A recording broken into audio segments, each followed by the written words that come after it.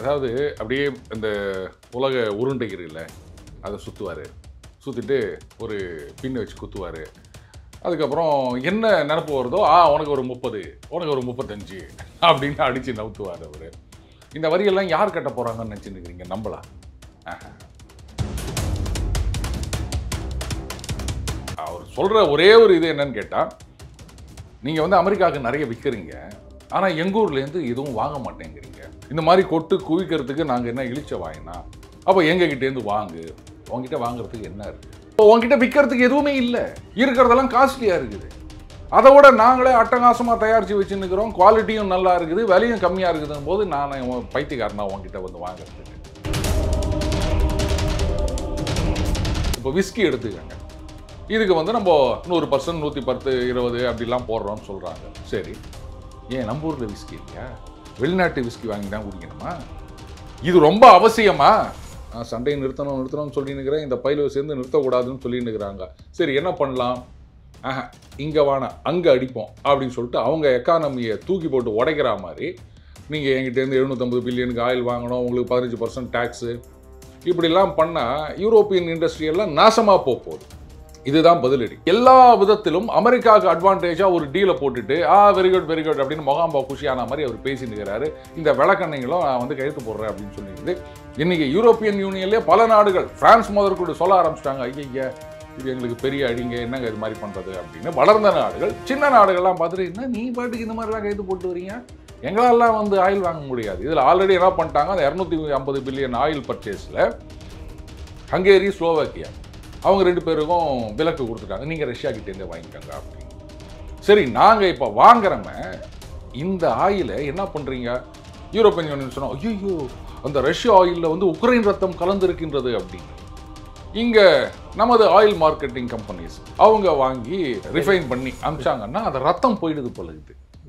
European யூனியனில் எவ்வளோ வாங்கினுக்கிறாங்க நம்மக்கிட்டேருந்து oil? நாமளே வந்து வெளியில் 80% வாங்கினுக்கிறோம், நம்மக்கிட்டேருந்து அவங்க ஆயில் வாங்குறாங்க அப்படின்னு சொன்னால் அப்போ எவ்வளோ பெரிய முட்டா பயல்களாக இருப்பீங்க நீங்கள். நீ வந்து ஃபெர்டிலைசர் மட்டுமே 1.3 சம்திங் பில்லியனுக்கு ரஷ்யா கிட்ட வாங்கியிருக்க. நாங்கள் வாங்கிறத விட யூரோப்பியன் யூனியனில் இருக்க கண்ட்ரிஸு ரஷ்யா கிட்ட இன்னும் கேஸ் வாங்கினுக்கிறாங்க. கேட்டால் 27 தான் நிறுத்த போகிறாங்களாம். உங்கள் ஊரில் இருக்க அந்த அணு உலைகள், நியூக்ளியர் பவர் கார்பரேஷன் இருக்குல்ல, அதுக்கான நியூக்ளியர் ஃபியூயல் நீ இன்னும் ரஷ்யா கிட்டேருந்து தான் வாங்கிக்கிற. இதுக்கெல்லாம் காசு எங்கேருந்து கொடுக்குற?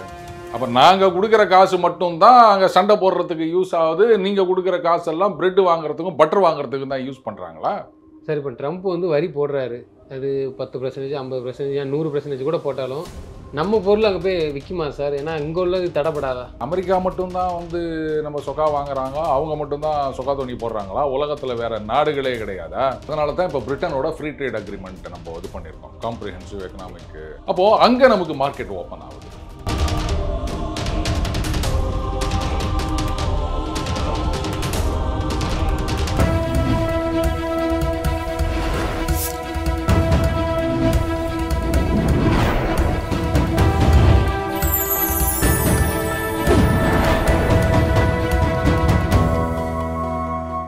சேனல் 5 தமிழ் நேயர்களுக்கு வணக்கம். இன்றைய நேர்காணலில் நம்மோடு பேச இருப்பது டெய்லி பாயிண்ட் அருண் அவர்கள். சார் வணக்கம் சார். வணக்கம் ரூபன். சார், ட்ரம்ப் அவர்கள் வந்து வரி மேலே வரியாக இந்தியா மேலே போடுறாரு. இதுக்கு இந்தியா பதிலடி எதுவும் கொடுக்குமா? முதல்ல என்னதான் நடக்குது? இந்தியாவுக்கு மட்டுமா வரி போட்டுக்கிறாரு? அதாவது அப்படியே இந்த உலக உருண்டை இருக்குல்ல அதை சுற்றுவார், சுற்றிட்டு ஒரு பின் வச்சு குத்துவார். அதுக்கப்புறம் என்ன நினப்பு வருதோ உனக்கு ஒரு 30, உனக்கு ஒரு 35 அப்படின்னு அடித்து நவுத்துவார் அவர். இந்த வரியெல்லாம் யார் கட்ட போகிறாங்கன்னு நினச்சிருக்கிறீங்க? நம்பலாம். அவர் என்ன சொல்கிறாரு, இந்த வரியெல்லாம் போடுறதுனால இது வரைக்கும் யாருமே போடல, இதனால் என்ன நடக்க போகுது தெரியுமா? உங்களுக்கு வந்து இன்கம் டேக்ஸ் எல்லாம் நான் குறைக்க போகிறேன், இன்கம் டேக்ஸே இல்லாமல் பண்ண போகிறேன், அப்படி இப்படி நடிச்சு விட்டுனுக்கிறாரு. இதெல்லாம் அமெரிக்க மக்கள் தான் கட்ட போகிறாங்க. இப்போ நம்ம 100 ரூபாய்க்கு ஒரு சாமான் விற்கிறோம், 25% வரி அப்படின்னு சொன்னால் அமெரிக்காவில் தான் அந்த வரியை ஏற்றுவாங்க. அந்த 25% அங்கே விற்கிறவன் தான் கட்டணும். அப்போ அது 125 ரூபா ஆகி போயிடுது அந்த அடக்க விலை. அந்த பணத்தை எடுத்து நீ எவ்வளோ வரி கட்டுற, இந்தா உனக்கு இதை வச்சுக்கோ அப்படின்னு கதை விட்டுனுக்கிறாரு அவர். அடுத்தது பதிலடி அப்படின்னா நான் சிம்பிளாக ஒன்று சொல்லவா? இப்போது ஸ்கூலில் வாத்தியார் என்ன பண்ணுவார், திடீர்னு வருவார் கிளாஸுக்கு, கொஞ்சம் ஒரு 5 நிமிஷம் லேட்டாக வராருன்னா பசங்களாம் ஒன்று குதிச்சிட்ருக்கோம், ஏய் என்ன 5 நிமிஷம் வாத்தி வரலன்னா இது மாதிரிலாம் பண்ணுவீங்களோ அப்படின்னு சொல்லிட்டு என்ன பண்ணுவார், இம்போசிஷன் எழுதிட்டு வாடான்னாரு. எல்லாரும் 100 தடவை நான் வகுப்பில் அமைதியாக இருப்பேன் அப்படின்னு எழுதிட்டு வாங்க அப்படின்னாரு. சரி, அவர் லேட்டாக வந்தது அவர் சைடில் ஒரு தப்பு. பசங்க ஆட்டம் போட்டது, பசங்க அப்படி தான் பண்ணுவாங்க. இப்போது அந்த ஃபஸ்ட்டு பெஞ்சில் இருக்க பயிலெல்லாம் என்ன பண்ணுவானுங்க, அந்த லஞ்ச் பீரியடில் அப்புறம் வீட்டில் உட்காந்துன்னு அப்படின்னு கடகடன்னு 100ன்னு எழுதி கொண்டு வந்து ஒத்துருவாங்க. நம்மள மாதிரி இந்த கடைசி பெஞ்சில் இருக்க பயிலோ என்ன பண்ணுவானுங்க, நீ எவ்வளோ ஒன்றா சொல்லிக்கோ, நாங்கள் எழுத மாட்டோம். கரெக்டா? அடுத்த நாள் கேட்பார், எத்தனை பேரா எழுதிட்டு வந்தீங்கன்னு. அந்த ஃபஸ்ட் பெஞ்சில் இருக்கவன்லாம் நிற்பான். நாம் வந்து நிற்போம், இல்லை உட்காந்துட்டு எழுத மாட்டோம். அதுக்கும் சேர்த்து ஒரு 100 தடவை அப்படின்வாரு. சொல்லி சொல்லி பார்த்து அழுத்துட்டு விட்டுருவார், மறந்துடுவார். அவர் இனிமேலாம் கேட்டால் நமக்கு தான் மரியாதை இல்லை அப்படின்னு. அந்த மாதிரி தான் இன்றைக்கி அமெரிக்கா வந்து 25% நாங்கள் இன்னும் அதிகமாக போகிறோம் அப்படின்லாம் சொல்லிட்டு இருக்கும்போது நம்ம வந்து ரொம்ப அழகாக ஒரு ஸ்டேட்மெண்ட் கொடுத்துக்கிறோம். நீ ரொம்ப யோக்கியமா, நீ வந்து ஃபெர்டிலைசர் மட்டுமே 1.3 சம்திங் பில்லியனுக்கு ரஷ்யா கிட்ட வாங்கியிருக்க. நாங்கள் வாங்கிறத விட யூரோப்பியன் யூனியனில் இருக்க கண்ட்ரிஸு ரஷ்யா கிட்ட இன்னும் கேஸ் வாங்கி நிற்கிறாங்க. கேட்டால் 27 தான் நிறுத்த போகிறாங்களாம். உங்கள் ஊரில் இருக்க அந்த அணு உலைகள், நியூக்ளியர் பவர் கார்பரேஷன் இருக்குல்ல, அதுக்கான நியூக்ளியர் ஃபியூயல் நீ இன்னும் ரஷ்யா கிட்டேருந்து தான் வாங்கினுக்கிற. இதுக்கெல்லாம் காசு எங்கேருந்து கொடுக்குற? அப்போ நாங்கள் கொடுக்குற காசு மட்டும்தான் அங்கே சண்டை போடுறதுக்கு யூஸ் ஆகுது, நீங்கள் கொடுக்குற காசெல்லாம் பிரெட் வாங்குறதுக்கும் பட்டர் வாங்குறதுக்கும் தான் யூஸ் பண்ணுறாங்களா? இதுதான் சரியான அடி. அதை விட்டுட்டு நீ 25 போட்டா நான் 40 போடுவேன், நீ 50 போட்டா நான் 70 போடுவேன், இது பதிலடி கிடையாது. சோகா சுருக்குன்னு குத்துறோம் தெரியுமா? நீ ரொம்ப யோக்கியமா, என்னோட நீ தான் அதிகமாக வாங்கினுக்கிற. உன் கூட பின்னாடி சுற்றினுக்கு தெரியுது பாரு இந்த சில்வண்டுகள், யூரோப்பியன் யூனியன் நேஷன்ஸ், அவன் தான் அதிகமாக வாங்கினுக்கிறான். அப்புறம் நீ என்ன வந்து கேட்குற?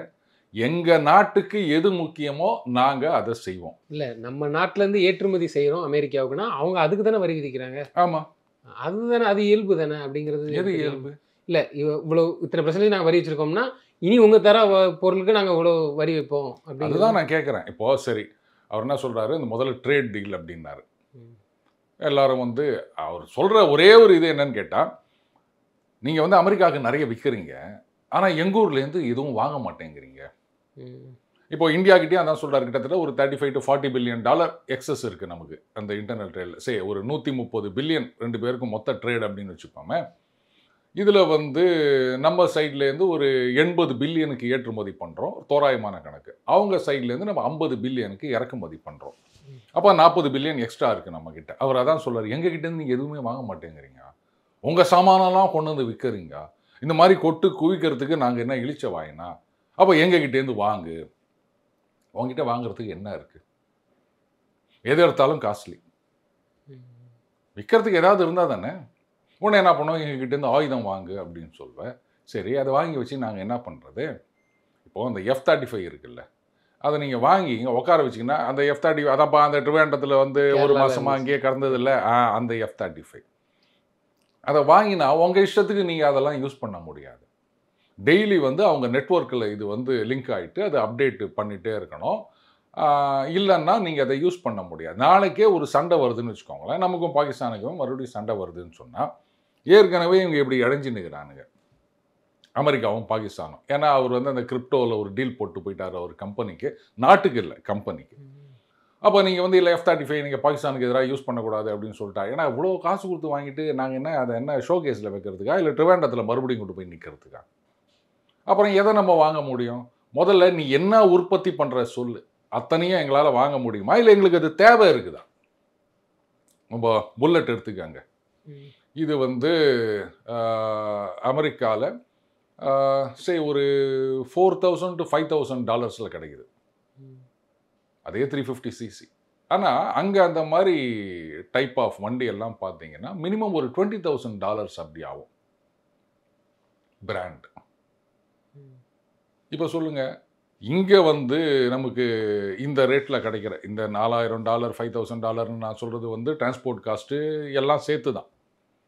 அப்போது நீ அங்கேருந்து $20,000 ஒரு வண்டியை கொண்டு வந்து இறக்கினியானா எத்தனை பேர் வாங்குவாங்க? அப்போ உங்ககிட்ட விற்கிறதுக்கு எதுவுமே இல்லை, இருக்கிறதெல்லாம் காஸ்ட்லியாக இருக்குது. அதை விட நாங்களே அட்டகாசமாக தயாரித்து வச்சுன்னுக்கிறோம், குவாலிட்டியும் நல்லா இருக்குது, விலையும் கம்மியாக இருக்குதுன்னு போது நான் பைத்தியக்காரனா உங்ககிட்ட வந்து வாங்குறதுக்கு. சரி, யூரோப்பியன் யூனியன் ஒத்துக்குன்னு ட்ரேட் டீலுக்கு போனாங்க. சரி டீல்னா என்னப்பா, நீ என்கிட்டேருந்து வாங்கிக்கிறேன், நான் உங்ககிட்டேருந்து வாங்கிக்கிறேன், நீ எனக்கு வரி போடக்கூடாது, நான் உனக்கு வரி போடக்கூடாது, இதானே இப்போ இந்தியாவுக்கும் பிரிட்டனுக்கும் ஒரு ட்ரேட் டீல் வந்திருக்கு. அதே மாதிரி தான் 0%. ஆனால் இவர் டீல் போட்டாலுமே என்ன சொல்றாரு, 15% அப்படின்றாரு. எதுக்காக இதெல்லாம்? ஜப்பான் என்ன சொல்லிக்கிறாங்க, நாங்கள் வந்து 650 பில்லியன் இல்லை 550 நினைக்கிறேன், $550 பில்லியன் யூஎஸில் இன்வெஸ்ட் பண்ண போகிறோம்னு சொல்லியிருக்காங்க.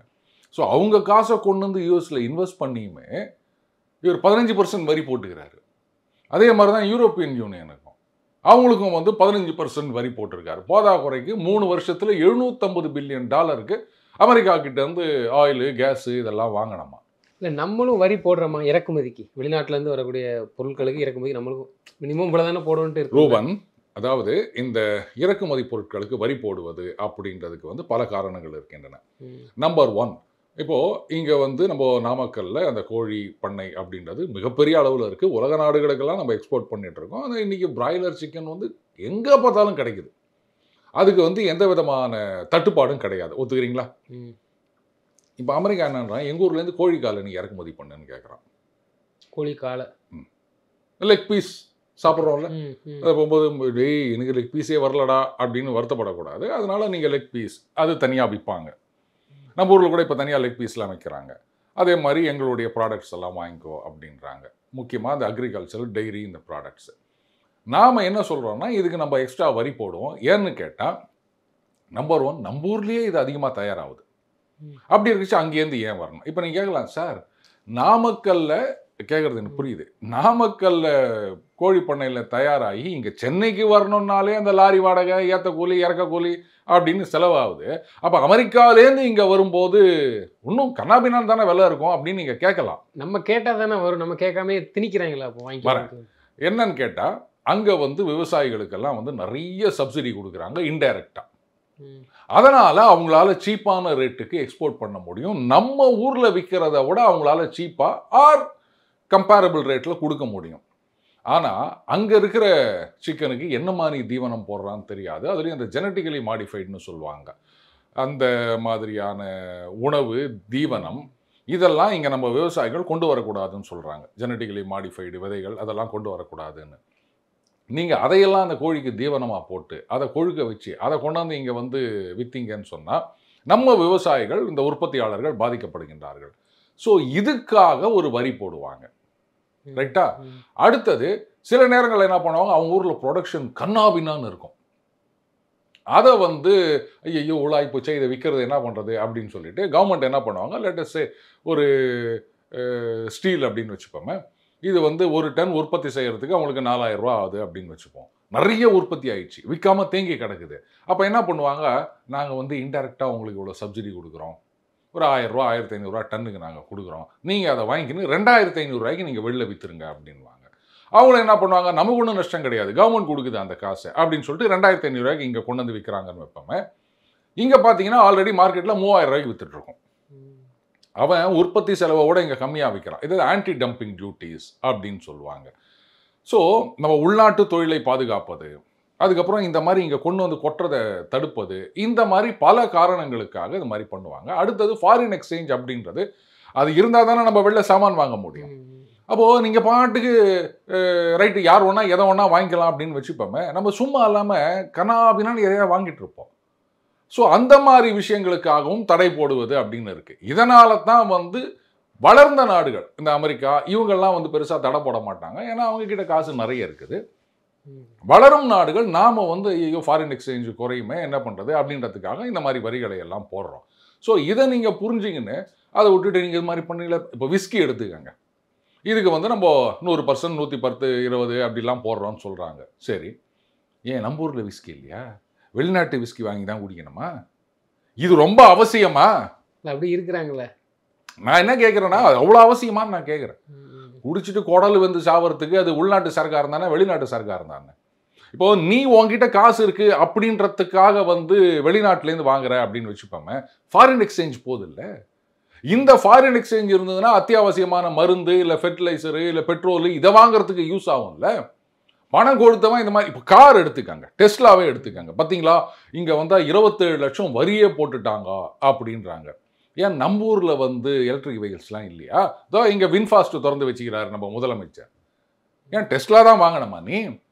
இந்த ஹம்மர் வாங்குறது, அதுக்கப்புறம் இன்னும் மார்க்கெட்டுக்கே வராத டொயோட்டா கார் வாங்குறது, வம்படியா திணிக்கிறாங்க வாங்கிக்கன்ட்டு. இங்க பணம் கொடுத்தவர்கள் வாங்குறாங்க அப்படின்னும் போது அப்படியா? அப்ப நீ வரி கட்டு அப்படின்னு 100% வரைக்கும் கூட டாக்ஸ் போடுவாங்க. 200%லாம் கூட போடலாம், தப்பே கிடையாது. ரஷ்யாவை ஏன் நீங்க இது இவங்களோட வந்து எண்ணெய் வாங்கக்கூடாது வைக்கக்கூடாதுன்னு ஒரு மிரட்டல் விடுறாங்க? அதாவது இவர் என்ன பண்ணாரு, ரஷ்யா கிட்ட ஆக்சுவலாக ட்ரம்ப் வந்த உடனே ரஷ்யா உக்ரைன் யுத்தத்தை நிறுத்தணும்னு தான் நினச்சாரு. அவர் பதவிக்கு வரத்துக்கு முன்னாடியும் அதை தான் சொல்லிட்டு இருந்தார். ஆனால் அவர் சின்சியராக ட்ரை பண்ணப்போ அந்த யூரோப்பியன் யூனியனில் இருக்க மக்கு பயிலுவெல்லாம் சேர்ந்து அதெல்லாம் கூடாது, நாங்கள் சண்டையை நிறுத்த மாட்டோம், சண்டை போட்டுக்கிட்டே இருப்போம் அப்படின்னு இழுத்தடிச்சானுங்க. இவரும் பொறுத்து பார்த்தாரு, ஒன்றும் வேலைக்கு ஆகிறதா இல்லை. இப்போ அவங்கள வந்து நீங்கள் கேட்டிங்களே முதல்ல பதிலடி ஏதாவது கொடுப்பாங்களா அப்படின்னு. ட்ரம்ப் வந்து நான் சண்டையை நிறுத்தணும்னு சொல்லினுக்கிறேன், இந்த பயிலுவை சேர்ந்து நிறுத்தக்கூடாதுன்னு சொல்லினுக்கிறாங்க. சரி என்ன பண்ணலாம்? இங்கே வானா அங்கே அடிப்போம் அப்படின்னு சொல்லிட்டு அவங்க எக்கானமியை தூக்கி போட்டு உடைக்கிற மாதிரி, நீங்கள் என்கிட்டேருந்து 750 பில்லியனுக்கு ஆயில் வாங்கணும், உங்களுக்கு 15% டேக்ஸு, இப்படிலாம் பண்ணால் யூரோப்பியன் இண்டஸ்ட்ரியெல்லாம் நாசமாக போகுது. இதுதான் பதிலடி. பேசாமல் இருந்து இப்படி ஒரு அடி குத்துக்கிறாரு அவர். அப்போது நீங்கள் என்ன சொல்கிறீங்க, ரஷ்யா கிட்டேருந்து என்ன வாங்கினா அந்த காசை வச்சு அவன் வந்து உக்ரைனோட சண்டை போடுறான் அப்படின்னா, அப்போ நீங்கள் வாங்குற காசெல்லாம் என்ன பண்ணுறாங்க? இன்றைக்கி அதுதான் நம்ம கவர்மெண்ட் ஆஃப் இந்தியாவில் கேட்டிருக்காங்க. யூரோப்பியன் யூனியனில் வாங்குறாங்க, அமெரிக்கா வாங்குறீங்க, ஏன் நேட்டோ மெம்பர் டர்க்கி வாங்குது. இப்போ அது துருக்கியா அப்படின்னு சொல்கிறாங்க. துருக்கி நாடு வந்து இன்னும் ரஷ்யா கிட்டேருந்து வாங்கினுக்குது, இதில் நேட்டோ மெம்பர். ஆனால் அவங்க வந்து இந்த பேட்ரியாட் தாட் அப்படின்றது வந்து அமெரிக்கா அந்த சிஸ்டம். இவங்க ரஷ்யா கிட்ட போயிட்டு S-400 வாங்கினாங்க. யாரு? துருக்கி. வெக்கமா இல்லை உனக்கு? நேட்டோ மெம்பர்னு சொல்கிறான், அவன் ரஷ்யா கிட்ட போய் பேரம் பேசினுக்கிறான், எனக்கு இதை கொடு அப்படின்னு சொல்லிட்டு. அசிங்கமாக இல்லை உனக்கு? ஆனாலும் இன்னும் அவங்க வந்து மானம் கெட்டு போயிட்டு நேட்டோவில் வச்சுன்னுக்கிறாங்க. அப்போது உன் குடும்பத்திலேயே இவ்வளோ கலாட்டா இருக்குது, உன் கூட இருக்கனே வந்து ரஷ்யாவிலேருந்து இறக்குமதி பண்ணினுக்கிறான், நீயே பண்ணினுக்கிற, இதில் நீனா எங்களை கேட்கறது? இவங்கெல்லாம் வந்து அந்த டையிங் பவர்ஸ் ரூபன்.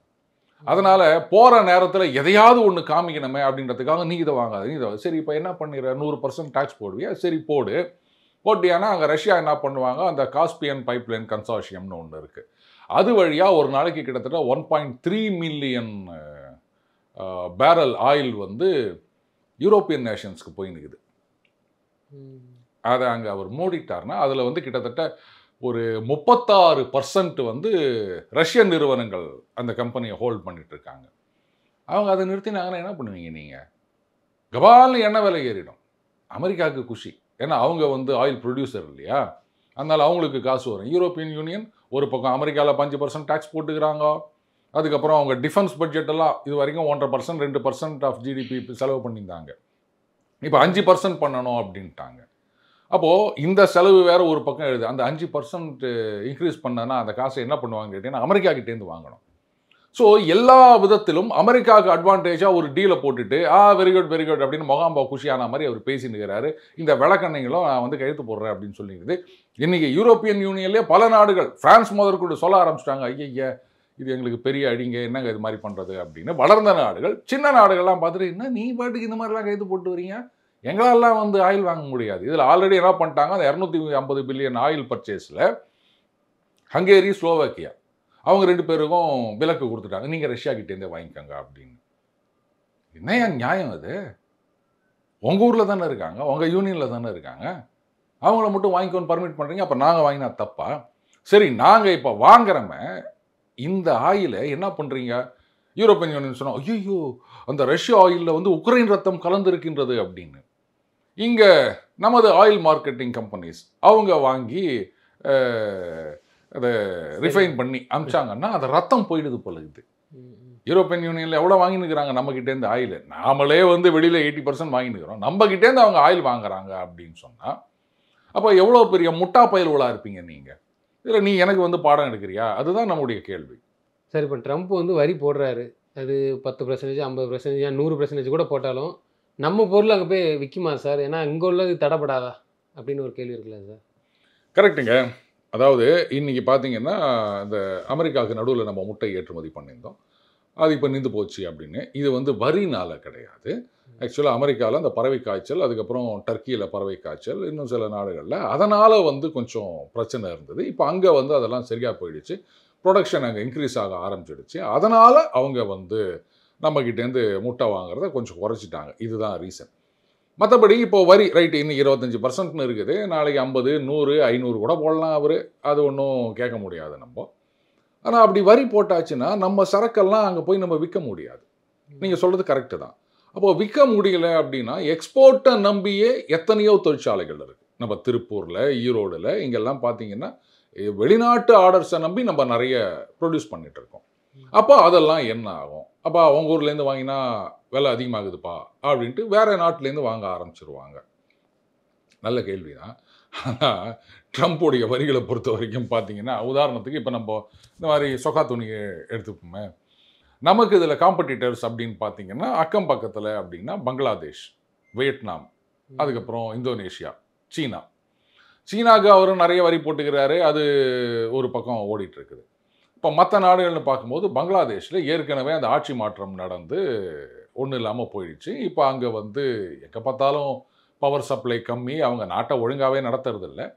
அதனாலையும் பார்த்தீங்கன்னா அங்கே வந்து உற்பத்தி குறைந்து விட்டது. அங்கேயே எல்லாத்தையும் இழுத்து மூட ஆரம்பிச்சிருக்காங்க.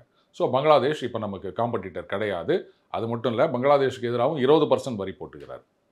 ஸோ நமக்கு 25, அவங்களுக்கு 20. வேற அவங்களால ப்ரொடியூஸ் பண்ண முடியல. இதில் ரொம்ப இது மாதிரி இந்தியாவிலேருந்து வர இம்போர்ட் எல்லாம் தடை பண்ணணும் நாங்கள் பங்களாதேஷில். அப்படியா? அப்போ நாங்கள் இதெல்லாம் நிறுத்துகிறோம். நம்ம செக் வச்ச உடனே அப்படியே அடி வாங்கின்னு உட்காந்து நிற்குது பங்களாதேஷ். ஸோ இப்போ அது காம்படிட்டர் கிடையாது, விட்டுருங்க. அடுத்தது இந்தோனேஷியா அண்டு வியட்நாம். வியட்நாமுக்கு எதிராக 20% போட்டுக்கிறார், நமக்கு 25. இந்தோனேஷியாவுக்கு எதிராக 19% போட்டுக்கிறார், நமக்கு 25. ஸோ ஹார்ட்லி ஒரு 5-6% இவ்வளோ தான் வித்தியாசம் 2 நாடுகளுக்கும் எதிராக. சரிங்க, அந்த 5%னா கூட 5%. ஓகே, இப்போ என்ன பண்ணலாம்? நாம் வந்து வயா மீடியாவாக ஒரு 3% நாங்கள் குறைச்சிக்கிறோம், 2% 3% நீங்கள் உங்கள் லாபத்தில் குறைச்சிக்கங்க அப்படின்னு சொல்லிட்டு பேரம் பேசலாம். அப்படியும் இல்லைங்க, கிடையவே கிடையாது, நீங்கள் அந்த 5%ஐயும் குறைச்சிக்கணும் வித்தியாசத்தைன்னா அதுவும் ட்ரை பண்ணலாம். அப்படியும் இல்லை அப்படின்னு சொன்னால், நான் அமெரிக்கா மட்டும்தான் வந்து நம்ம சொக்கா வாங்குறாங்க, அவங்க மட்டும்தான் சொக்கா துணி போடுறாங்களா? உலகத்தில் வேற நாடுகளே கிடையாதா?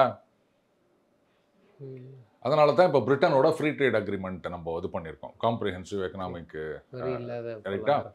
அப்போது அங்கே நமக்கு மார்க்கெட் ஓப்பன் ஆகுது. அதே மாதிரி யூரோப்பியன் யூனியனோட பேச்சுவார்த்தை நடந்து கொண்டு இருக்கின்றது. அப்போ அங்கே நமக்கு ஒரு மார்க்கெட் ஓப்பன் ஆகும். அடுத்தது இருக்கவே இருக்குது ரஷ்யா, நீ ஆயில் கொடுக்குறியா, நான் அதை துடைக்கிறதுக்கு துணி கொடுக்குறேன் அப்படின்ற மாதிரி சொக்கா துணி ஏற்றுமதி பண்ணலாம். இதெல்லாம் நம்ம எக்ஸ்ப்ளோர் பண்ணணும். அந்த கொரோனா பீரியடில் வந்து நம்ம நிறைய எல்லா தொழிற்சாலைகளுமே அடி வாங்கிச்சு. ஆனால் உடனே மீண்டு வந்தோமா இல்லையா? அந்த மாதிரி இந்த மாதிரி தடைன்னு வந்தது அப்படின்னு சொன்னால் ஓகே ரைட்டு, அதை உடை, அதுக்கு என்ன வழி இருக்குது அப்படின்னு நம்மளால் மேலே வர முடியும் ரூபன். நான் அமெரிக்காவை மட்டுமே நம்பி நாம இல்லை. அடுத்தது அந்த குவாலிட்டி அப்படின்னு ஒன்று இருக்குது. அதனால தான் சில இடங்களில் வந்து காசு கம்மியாக இருந்தாலும் அவங்க இந்தியாவுக்கு வரத்துக்கு இது ஒரு காரணம். அப்படி இருக்குச்சே, அதெல்லாம் கிடையாது, நான் இது பண்ண மாட்டேன் அப்படின்னா இப்போ அமேசானில் சொல்லிட்டாங்க. அமெரிக்காவில் அவங்க என்ன பண்ணுவாங்க, லெட்ஸ் சே இவ்வளோ நாள் வரைக்கும் வந்து 200 ரூபா அப்படின்னு விற்றுனுக்கிறாங்கன்னு வச்சுக்கோங்களேன். இப்போ ஒவ்வொரு நாட்டுக்கு எதிராக வரி போட்டுக்கிறாரு இல்லையா? அப்போ அந்த வரியும் சேர்த்து அமெரிக்கா தானே கட்டணும். இப்போ இந்தியாவிலேருந்து வருது அப்படின்னு 25% வரி அப்படின்னா 50 ரூபா எக்ஸ்ட்ரா ஆகும் 200 ரூபாய்க்கு. அமேசானில் என்ன பண்ண போகிறாங்களாம், அங்கே சைட்லேயே அந்த நீங்கள் இது ப்ரௌஸ் பண்ணும்போது 200 ரூபா ப்ளஸ்ஸு 50 ரூபா, 250 போட மாட்டாங்க. எதுக்குன்னா இந்த 50 ரூபா வந்து ஏதோ ட்ரம்ப்புக்கு ஓட்டு போட்டிங்கல்ல, அவர் கொண்டாந்த வரி அப்படின்னு மக்களுக்கு அவங்க சொல்கிறாங்களாம். இந்த மாதிரி பண்ண போகிறோம் அப்படின்னு இருக்காங்க. இதுக்கு வந்து ப்ரெஸ் செக்ரட்டரி சொல்லியிருக்காங்க, ஆமாம் இப்போ தான் நான் வந்து பிரசிடென்ட்டோட ஃபோனில் பேசிட்டு வந்தேன், அவர் வந்து இது ஒரு பொலிட்டிக்கல் ஆக்ட்னு சொல்லியிருக்காரு. சரி, என்ன பண்ண போகிறீங்க? கோர்ட்டில் போய் கேஸ் போடுவீங்களா? அமேசானில் இந்த மாதிரி தனியாக போடக்கூடாது அப்படின்னு உங்களால் சொல்ல முடியுமா? பண்ண முடியுமா? பண்ணி தான் பாருங்களேன் என்ன நடக்குதுன்னு பார்ப்போம். அதனால் இதெல்லாம் நமக்கு ஒரு ஆப்பர்ச்சுனிட்டியாக எடுத்துக்கணும் ரூபான். ஐயோ இங்கே தொழில் குறைஞ்சிருமா, வேலை போயிருமா அப்படின்னு ஒரு சில பேர், அந்த ஒரு சில பேர் யாருன்னு நான் சொல்ல வேண்டிய அவசியம் கிடையாது, அரசியல் காரணங்களுக்காக இந்த மாதிரி பேசிட்டு போகலாம். ஆனால் உண்மை என்ன அப்படின்னு சொன்னால் இதை விட ஸ்ட்ராங்கராக நம்மளால் மேலே இருந்து வர முடியும். அடி வாங்க போகிறது அமெரிக்கா தான், அதில் எந்த சந்தேகமும் கிடையாது. நிச்சயமா சார். தொடர்ந்து தங்களது கருத்துக்களை பயணம் நன்றி. நன்றி ரூபன்.